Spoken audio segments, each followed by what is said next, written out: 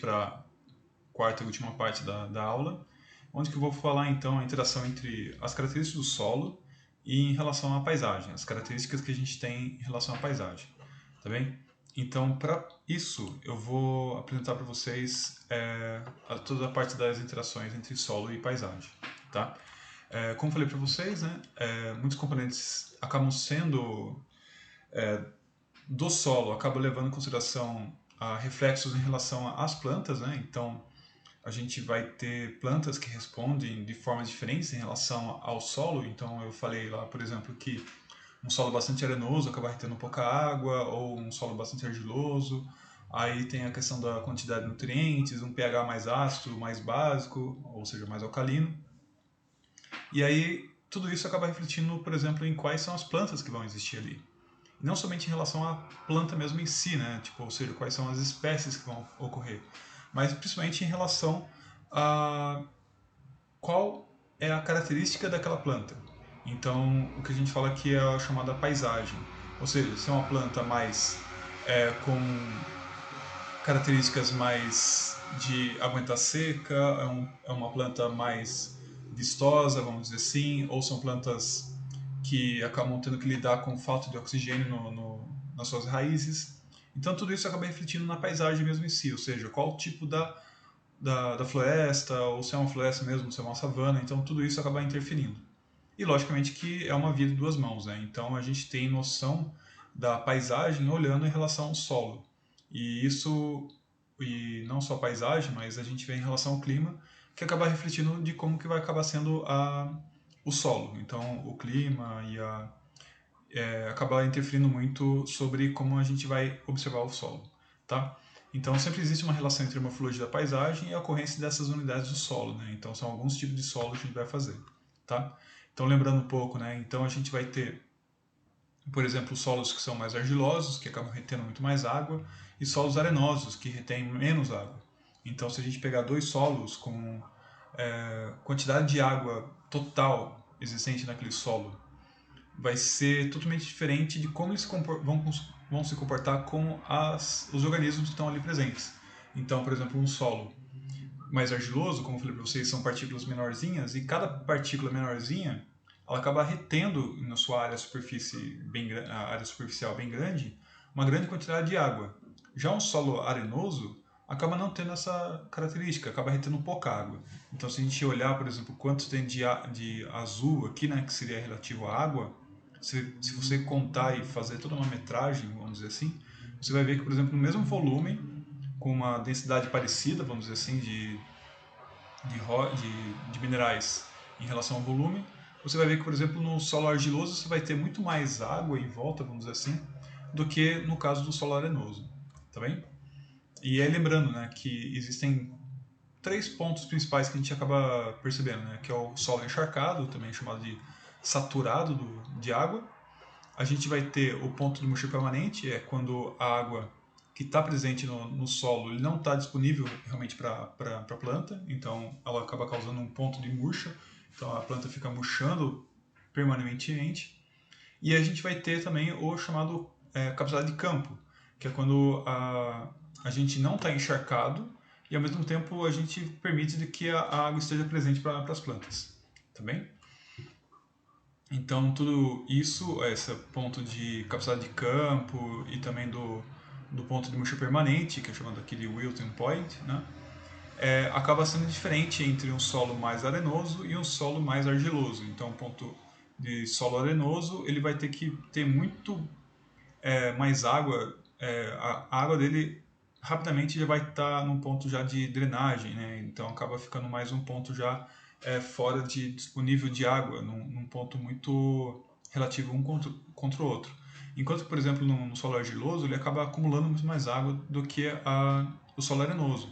Mas, em compensação, o solo argiloso ele acaba retendo essa água e não permite de que a planta adquira aquela água também. Então, por mais que mantenha muita água no solo, essa água algumas vezes pode não ser disponível para água, para a planta, porque fica disponível ali na superfície, não fica ali somente para a planta também, tá bem? Então existe essa relação entre o ponto de murcho permanente e também a questão da capacidade de campo e o tamanho da partícula. Lembrando, então, novamente, partículas menores vão reter mais água, só que ao mesmo tempo vai ser mais difícil de poder extrair aquela água. Enquanto, por exemplo, areia grossa, né, partículas bem maiores, acaba tendo uma capacidade de campo bem menor e ao mesmo tempo o ponto murcho permanente é rapidamente já alcançado, vamos dizer assim, com uma quantidade bem baixa de água. Tá? Então, a relação que a gente tem entre a infiltração e o tempo acaba sendo muito maior no solo no solo arenoso. Ele rapidamente ele já encharca e já vai embora toda aquela água, enquanto no argiloso ele acaba demorando muito mais. Então ele vai secando, ele vai tendo aquele aumento gradual em relação à quantidade de água. Talvez vocês devem ter visto já, por exemplo, algumas argilas chamadas de argilas vermiculita, que elas acabam adquirindo muita água quando elas vêm totalmente secas. Então elas ficam ficando totalmente encharcadas depois de muito tempo de você colocar água. Então elas demoram mais para encharcar. Enquanto no solo arenoso, rapidamente, do jeito que você coloca, pronto, já fica encharcado. Tá? E, logicamente, que essa parte de quantidade de areia, de argila, vai depender também do relevo, né? Então, como pontos onde que ocorre bastante erosão, como, por exemplo, no alto de um morro, alguma coisa assim, se ocorre muito processo de erosão, então rapidamente toda a parte de solo acaba rapidamente indo embora. Enquanto que, por exemplo, outras regiões onde que tem a sedimentação, onde que recebe os sedimentos, acaba então tendo bastante deposição de argila, principalmente. Então, por isso que esse tipo de solo que está aqui presente perto de corpos d'água, normalmente eles vão ter mais argila, areia, enquanto que topo de morro acaba muitas vezes ficando com um solo muito raso, que a gente fala, onde que rapidamente você já consegue chegar na pedra, por exemplo, que é muito comum, por exemplo, nas encostas aqui da Mata Atlântica. Tá?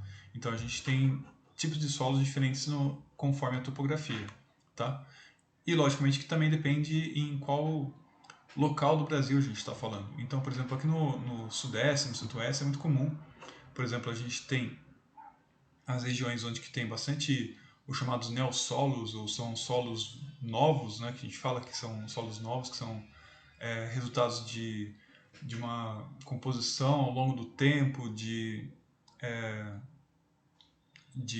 material, né, de sedimentos, de matéria orgânica, que é no topo de morro, que vai sendo acumulado quando tem uma planície.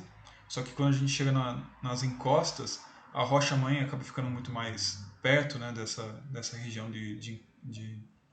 do solo, então acaba sendo um perfil mais raso, né, um perfil de solo muito mais raso. E aí a gente vai ter regiões onde que tem, por exemplo, neossolos quartzarênicos, onde tem bastante presença de areia, principalmente. Então tem locais onde que, dependendo qual que é a rocha-mãe, se ela é mais basalto ou se é de arenito, ela pode ter determinados tipos de características. Lembrando, né? a rocha-mãe é uma característica bastante importante para definir como que vai ser o solo, tá? Região onde vai ter bastante sedimentação e tem bastante lavagem, né? Então, no caso aqui, acontece bastante no interior, como por exemplo essas regiões de rio, onde que a argila vai embora pelo rio, só que aí quem fica acaba ficando areia. Então na base desses rios mais de correnteza, a gente tem uma beira de rio onde que tem mais areia. Mas se, por exemplo, se for um brejo, acaba sendo, por exemplo, uma região com muito mais argila. Então depende muito de como que é a localização, tá? Outra característica presente, né, na região do Sudeste, principalmente na região ali do Espírito Santo, tem uma região que eles chamam de tabuleiros. Ali não somente no Espírito Santo, mas também tem na Bahia e tudo mais, que é a ideia dos tabuleiros. E o que seriam esses tabuleiros, né, os chamados tabuleiros costeiros? São regiões onde que são bem afastadas do mar, só que está muito cheio de areia. Então são locais onde que já foi mar em algum momento, ou que teve deposição de areia ao longo do tempo por causa da movimentação que foi ocorrendo do mar. Então a gente não tem tanta argila, então são locais bastante arenosos, enquanto que, por exemplo, outras regiões onde que você observa mais granito, onde teve deposição no passado de magma ou de lava, acaba ficando com bastante latossolos, né, que são solos mais férteis comparando com esse daqui. Então você vê muito no Nordeste, por exemplo, essas regiões um pouco mais afastadas do mar, onde que acaba criando várias planícies cheias de areia, né? Então essas regiões acabam ficando com toda essa deposição de areia, enquanto que, por exemplo, essas regiões mais afastadas, que no caso aqui do estado de São Paulo, a gente está muito próximo a essa região de que a gente não acaba não tendo esse tabuleiro tão grande. Então a gente tem tabuleiros muito curtos, né? Então acaba não realmente formando tabuleiros, acaba formando somente regiões de costas ou pequenos litorais. E a parte de serra acaba sendo muito mais próxima, né? Com os chamados solos sendo formados a partir do intemperismo das rochas graníticas, né? Que acontece no litoral aqui de São Paulo. Tá? No Rio, no sul, na região mais ao sul, você vai ver que tem uma composição um pouco mais diferente, onde a gente tem, então, não no litoral, né, mas para o interior, onde a gente tem regiões de serras, e aí a gente tem posições de, por exemplo, de vários solos mais antigos, como, por exemplo, latossolos ou vertissolos, e esses latossolos são muito comuns aqui, por exemplo, no interior de São Paulo também. Então acaba tendo um perfil um pouco diferente. Na região norte do Brasil, ali na região do Amazonas e tudo mais, é muito presente o chamado a região de inundações, essas planícies de inundações. Então são locais com muito planos, então são locais totalmente planos, só que tem pequenos degraus, né, entre eles. E nesses degraus acaba tendo uma diferenciação em relação a como que é o regime das chuvas. Das chuvas e também do rio. Se tem uma enchente, por exemplo, acaba o rio enchendo, acaba formando aquelas regiões de várzeas, né? E essas regiões de várzea acaba tendo uma deposição de argila muito grande. Então essas regiões bem próximas do rio tem bastante argila, enquanto que, por exemplo, as regiões onde que tem de terra firme, a gente acaba observando somente mais latossolos ou argissolos. Então acaba sendo solos diferentes do que a gente vê nessa região mais próxima do rio. Tá? E aí o que está no meio do campo aqui, né, que são os plintossolos, que são misturas entre regiões onde que são bastante estruturados os solos, com regiões mais novas, né, com bastante argila, né, com deposição bem grande de sedimentos. Tá? É bem interessante que essa parte a característica do solo com a fisionomia de alguns locais. Então, por exemplo, a gente pega o Cerrado, ele é o exemplo mais caricato em relação a isso. Então a gente pega, por exemplo, no Cerrado, quando você está mais próximo dos rios, a gente tem o que a gente chama de mata ciliar. Ciliar, por causa vem dos cílios, né, que são pequeno, como se fossem cílios e os rios seriam os olhos, né, que estão então margeando em torno do rio. Então são locais com árvores mais altas, com bastante diversidade, não que nas outras regiões não tenha diversidade, mas uma diversidade bem alta de árvores, tá? Então a gente tem maior encharcamento aqui no caso perto dos rios, que acaba formando então essas matas ciliares. Outro termo que o pessoal usa também é para mata de galeria, que acaba formando então as chamadas as galerias, que são como se fossem corredores, e essas galerias são formadas por causa de rios, né? Então acaba sendo rios que são são florestas mais próximas dos rios, que acabam tendo essa interação maior com a água, com maior deposição de argila, por exemplo, aqui no caso, tá? Ou de maior presença de água também. Aí depois a gente vai tendo regiões onde que, por exemplo, o solo acaba ficando muito raso. Locais onde que o solo é mais raso, a gente tem a formação, por exemplo, de mata seca, né? Onde então a gente tem uma rocha mãe, que é essa parte cinza que está sendo mostrada, onde ela está bem próximo da superfície. Então as plantas têm pouco solo para poder explorar, vamos dizer assim. Então elas acabam tendo árvores que eles chamam de mata seca, né? E além disso, a mata seca também tem uma outra característica. Essas regiões têm um solo bem novo, acaba tendo bastante nutrientes e acaba sendo uma região bem interessante, só que sofre do processo de falta de água. Aí no Cerrado a gente tem basicamente três tipos de formatos, né, que a gente tem, que é o chamado Cerrado sensu stricto, é o Cerrado como a gente conhece, como vocês podem desenhar lá no ensino médio, que talvez vocês devem ter visto. A gente tem o chamado Cerradão, que tem muito debate aí dentro da ecologia vegetal, sobre se o que é um cerradão e o que é uma floresta estacional. Então tem muita floresta no interior aqui do Brasil e também principalmente do estado de São Paulo, onde que é bem parecida a essas matas chamada de cerradão. Então é um cerrado muito mais fechado, com muito mais árvores, presença bem grande de trepadeiras, baixa presença de gramíneas. Então a gente chama de cerradão. E aí a gente vai ter também a floresta estacional, que acaba sendo um pouco mais diferente do cerradão, que algumas vezes tem árvores um pouco maiores, então não é uma floresta tão pequena assim, tanto que ela se assemelha muitas vezes com as chamadas matas de galerias, tá? Então a gente vai ter o cerrado típico, como eu falei para vocês, que é aqueles desenhos clássicos que a gente conhece, mas também tem um intermediário entre eles, que é o chamado cerrado denso, e outro que acaba formando uma diferença, que é o chamado campos cerrados, ou cerrados, ou parque de cerrado, também é chamado, que são aquelas regiões onde a gente vê aquelas fotos por exemplo, de uma ema ou de um lobo-guará que está no meio das gramas e somente uma árvore bem isolada ali ou outra. Então são regiões onde que tem um solo novamente bem raso, só que ao mesmo tempo acaba tendo um solo bastante, vamos dizer assim, pobre, né, do ponto de vista de nutrientes. Então tem uma diversidade muito maior de outras herbáceas, então a gente não vê mais trepadeiras aqui, a gente só vê uma ou outra, e tem muito mais herbáceas, então tem uma diversidade altíssima de herbáceas aqui no caso, então, e quase não vê muita coisa de árvores aqui no caso. E o cerrado típico, que é aquela característica que a gente vê bastante, que tem aquelas árvores com pequi, por exemplo, tá? Tem outras regiões interessantes, como, por exemplo, que tem bastante comum ali em Minas Gerais, chamados os campos de veredas, né? Então são locais muitas vezes com solo raso também, só que essas regiões de solo raso, bem interessante que tem uma interação entre as palmeiras que acabam formando ali, que são, por exemplo, os buritis, que acabam formando os chamados buritizais. E esses buritizais, né, que são vários buritis um do outro, a raiz desses buritis são bastante densas, então elas são bem entrameadas entre si e acaba retendo muita água.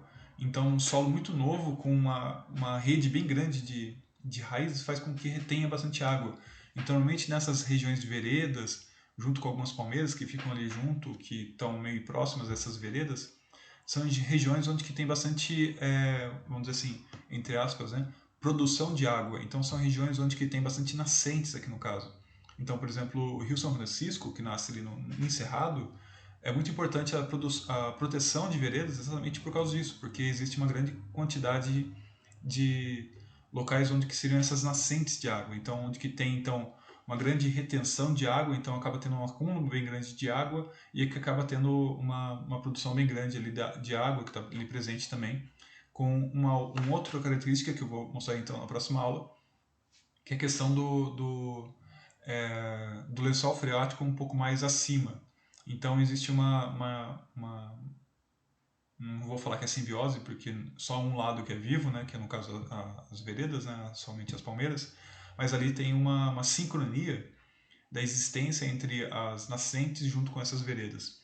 E é muito importante porque tem muitas regiões onde que está tendo desmatamento e o pessoal acaba desmatando os buritis, e essas regiões onde que teriam um acúmulo de água, poderia produzir nascentes, acaba secando. Então são muitas regiões onde, por exemplo, não tem mais produção, né, entre aspas, de água, né? As nascentes acabam morrendo muitas vezes por causa desse corte de veredas, tá? Ainda continuando em relação a essas áreas, aí de novo, a gente tem uns afloramentos, só que afloramentos com a rocha diretamente nua, direta, que acontece muito ali na região do norte de Minas, por exemplo, que é regiões onde que tem uma rocha direta, que inclusive tem a ver com a lição da aula passada, são as regiões onde que tem o chamado cerrado rupestre, que é um cerrado com um solo muito mais raso, onde que algumas espécies é, têm que lidar com uma pequena quantidade de solo e com muito estresse hídrico, né, e com uma pequena quantidade de solo, então acaba crescendo poucas moitas e algumas espécies. Uma das espécies que cresce, por exemplo, é chamada canela de ema, né? Ou outras espécies próximas ali. E aí regiões mais secas acaba tendo os chamados características de campos. São campos que você pode olhar e falar assim, nossa, não tem diversidade nenhuma, mas na verdade é uma diversidade muito, vamos dizer assim, camuflada, né? Que acaba não sendo muito observada diretamente, mas é muito bonito quando você vê, por exemplo, chovendo. Assim que chove, tem uma grande quantidade de flores que acaba aportando. Então são essas regiões de campos que acabam florando uma grande diversidade de espécies e muitas dessas espécies são endêmicas, ou seja, só ocorrem somente nessas regiões. Então é muito importante a conservação desses locais também, tá? Ainda em relação à relação entre o solo e o clima, eu vou acabar mesclando todas as informações que a gente acabou falando até agora, né? Então, por exemplo, regiões mais secas, a gente tem, por exemplo, a formação daqueles veios de cálcio que eu falei para vocês. Tem bastante quantidade de areia, né? Então são locais que tem um horizonte O muito baixo, mas aí bem, quanto à questão da presença da rocha-mãe, depende muito da processos erosivos que acontece aqui, mas são regiões de clima seco, normalmente acabam tendo essa característica de um solo com bastante cálcio, com um pH mais elevado, então não é um pH muito ácido e que tem pouca deposição de matéria orgânica. Enquanto que, por exemplo, uma região úmida tem bastante matéria orgânica por causa da questão da presença da vegetação que ocorre aqui em cima, só que ao mesmo tempo tem a deposição de, por exemplo, de lateritos, né? Então acaba tendo aquela deposição, aquela lixiviação que vai sendo depositado, então, bastante ferro e alumínio por causa da lixiviação e da iluviação que vai acontecendo em todo o horizonte do solo, que então vai levando esses nutrientes, esses íons lá mais para baixo, mais para profundidades mais profundas, e também tende a formar regiões com presença de, por exemplo, matéria orgânica, e também o pH desses solos tende a ser mais ácidos, então, né? Então são locais de clima mais úmidos. E aí nos climas temperados a gente também tem uma camada orgânica grande, porque apesar de não ser tão agradável, entre aspas, né, para o que você pode imaginar, só que tem bastante deposição de matéria orgânica porque é um clima úmido ainda, né? Então, um clima temperado, só que tem aí o local acaba sendo um pouco mais equilibrado, então não tem tanta lixiviação, então não tem tanto depósito como por exemplo no caso dos lateritos, né? Então aqui não tem esse caso.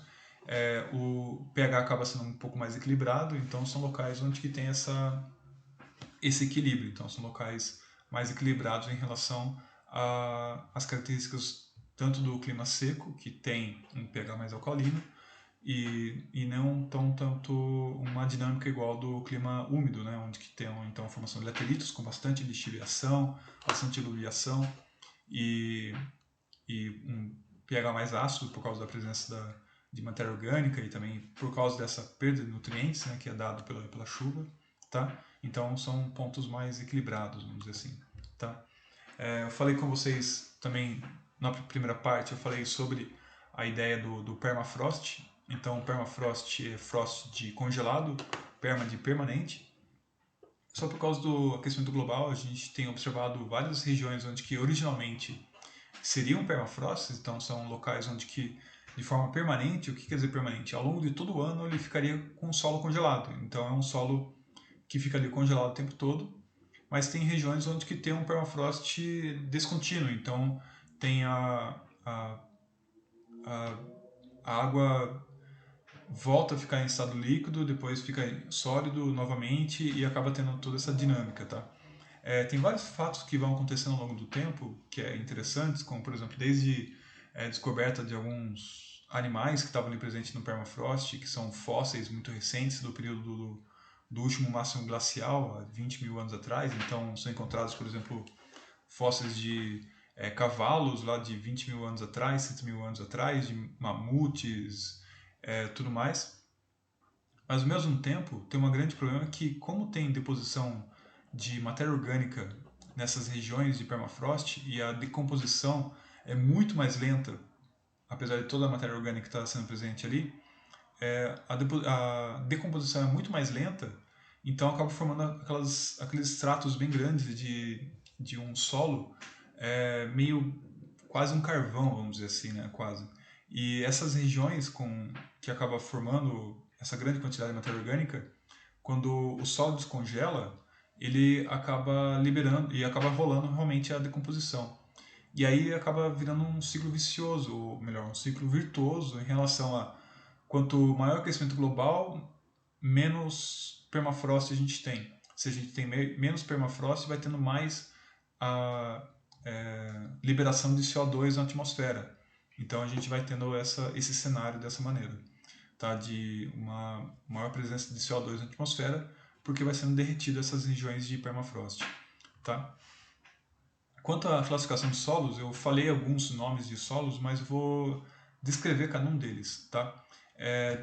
Então, existem duas formas de você classificar um solo, seja do ponto de vista genético ou simplesmente mais descritivo, né? A genética tem a ver com a parte de a origem do solo e quais são quais são as formas de sedimentação que está acontecendo ali naquele solo. E foram as técnicas mais antigas que foram utilizadas, que eu até mostrei para vocês algumas classificações para vocês. E aí tem outras classificações que depende de cada país. Por exemplo, aqui no Brasil a gente tem a classificação feita pelo IBGE, o Instituto Brasileiro de Geografia e Estatística, e ele usa uma determinada classificação. Enquanto que, por exemplo, nos Estados Unidos, que tem a FAO, nos Estados Unidos e também a FAO, a FAO é ligada à Organização das Nações Unidas. E essas classificações que são realizadas, elas são um pouco diferentes do IBGE. Então eu vou mostrar um pouco das duas, só para vocês poderem conhecer um pouco, tá? Então, o sistema de classificação do brasileiro foi desenvolvido pela Embrapa, é aplicado pelo IBGE e que é atualizado desde 2005, tá? Então ela tem uma classificação muito parecida com como a gente faz de espécies, né? Então existem lá os grandes grupos, né? Então que a gente chama de ordens, aí tem a subordem, grande grupo, subgrupo, que são meio divisões em relação, igual acontece com espécies, né? Então a gente tem espécie, gênero, família. Então a gente faz uma coisa bem parecida aqui com no caso de solos, tá? E aí eu vou mostrar para vocês a grande ordem, tá? Então eu falei para vocês em relação ao latossolo, por exemplo, eu tinha mostrado anteriormente.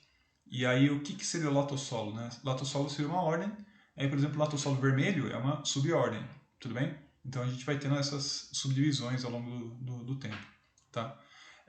Então as 13 ordens resultantes que a gente tem são esses daqui. Então a gente tem esses aqui que são chamados organossolos, gleissossolos, plintossolos, planossolos, podossolo, latossolo, como eu falei para vocês, nitossolo, argissolo, quernossolo, luvissolo, cambissolo, vertissolo e neossolo, tá?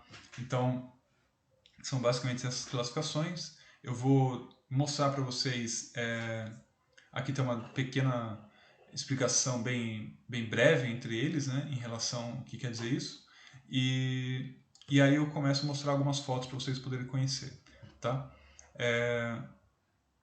Já na taxonomia americana, ele usa outros termos, então, por exemplo, como alfissolo, andossolo, vertissolo, oxissolo, que tem mais a ver com o elemento formativo, né? Então tem muito a ver com a genética aqui, tá? E aí tem quais são os contextos que são utilizados e quais são as classificações que existem, tá? Então aqui é pela classificação americana, que é pela FAO, né? Que quais são os tipos de solos. Então, como a gente pode ver aqui, por exemplo, no Brasil, a gente está aqui no chamado oxissolo. Aqui a gente tem a região mais amarela, que seria os ultissolos, e aí essa região mais cinza aqui, que é o molissolo, então, alfissolo. Então, cada um acaba tendo uma diferença grande. Uma classificação segundo a FAO, né? E também a FAO e o sistema americano de classificação. Então a gente tem o alfissolo nessa região, a gente tem o ardissolo, a gente tem entissolo nessas regiões, histossolo, inceptissolo, molissolo, que está aqui, presente na região mais do Ártico, otissolo, como eu falei para vocês, a região onde a gente está, aqui em São Paulo, spodossolo, que é mais ligado para regiões de montanhas, ultissolo, que são regiões mais argilosas e que tem uma grande produção agrícola nessas regiões, vertissolo, que são regiões mais únicas, e aqui tem uma classificação conforme essas características. Tá? Já no IBGE, como eu falei para vocês, acabamos usando uma outra característica, né, que é a argissolo, cambissolo, que eu já acabei comentando com vocês. Tá? Então a gente vê alguns pontos, acaba sendo um pouco mais difícil de visualizar nesse mapa, mas eu vou mostrar mais ou menos... desculpa. Aí tem um link... Não, depois eu mostro para vocês certinho, mas tem um link que dá para verificar de cada um deles, tá? E aí eu fui fazendo um print screen de cada um deles para vocês poderem dar uma olhada. Então, por exemplo, o argissolo é presente nessas regiões, que ele tem um perfil com horizonte B bem presente, tá? Que é o cambissolo, aí no caso são regiões mais secas, como vocês podem ver, com a presença desses veios de cálcio, por exemplo, com bastante presença de granito aqui no caso, que é presente aqui, por exemplo, na Serra do Mar, tá bem? Então é um tipo de solo presente ali na Serra do Mar. Chernossolos são presentes nessas regiões aqui no meio de regiões mais secas, tá? A gente tem spodossolo, que é mais comum em regiões muito úmidas, então tem uma grande deposição de argila aqui no caso. Então são locais onde tem muita região de águas paradas, vamos dizer assim, né? Então são regiões mais de matas de várzea. Gleissossolos são associados com corpos hídricos, então são bastante presença de argilas, tá? E bastante presença de matéria orgânica. A gente tem o luvissolo, que são regiões bem áridas, como a gente pode ver aqui pelo extrato, que tem bastante areia, são normalmente solos bem profundos também. Neossolos são solos mais, como posso falar, mais superficiais, vamos dizer assim, com bastante presença do horizonte A e do B bem diferenciado entre si. Nitossolo, que são solos bastante profundos também, presente aqui, por exemplo, no norte do Paraná, em regiões centrais de Minas, no norte de Minas, no Pará também. São regiões onde que a gente tem uma observação de um horizonte B bem grande. Tá? Organossolo, que são regiões onde que são bem rasos e que tem bastante presença de argila também. Planossolo, que são regiões mais áridas, aqui no centro aqui da Bahia. Tá? Plentossolo, bastante presente no Brasil Central. Vertissolo, presentes aqui no Pantanal. E é isso. Bem, eu acho que já falei demais, os nomes são bem confusos, são muitos nomes para poder lembrar, mas é sempre bom olhar o caderninho e tentar classificar em relação a eles. Tá bem? Então eu vou deixar com vocês uma pequena lista de exercícios, então aí durante a aula a gente vai classificando e a gente vai verificando os exercícios conjuntamente.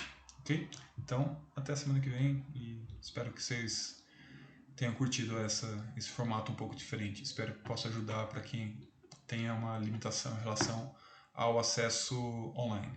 Ok? Vejo vocês. Até mais.